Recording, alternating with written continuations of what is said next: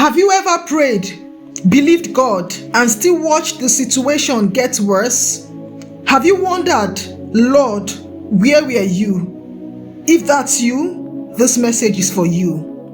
When Jesus heard that Lazarus was sick, he did something unexpected. He stayed where he was for 2 more days.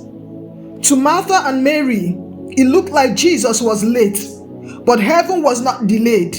Heaven was preparing a greater miracle. By the time Jesus arrived, Lazarus had been dead for 4 days. Humanly speaking, it was over. The stone was sealed. The mourners had gathered. The body had begun to decay. Every visible sign declared, there is no hope. But Jesus specializes in situations that have exhausted human possibilities. When he stood before the tomb, he didn't hold a funeral. He called forth a resurrection. With one command, Lazarus, come forth. Death lost its grip.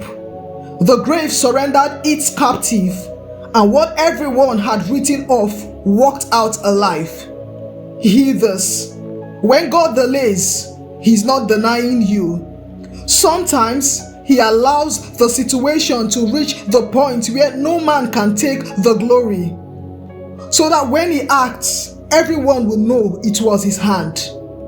That closed door is not the end. That delay is not your defeat.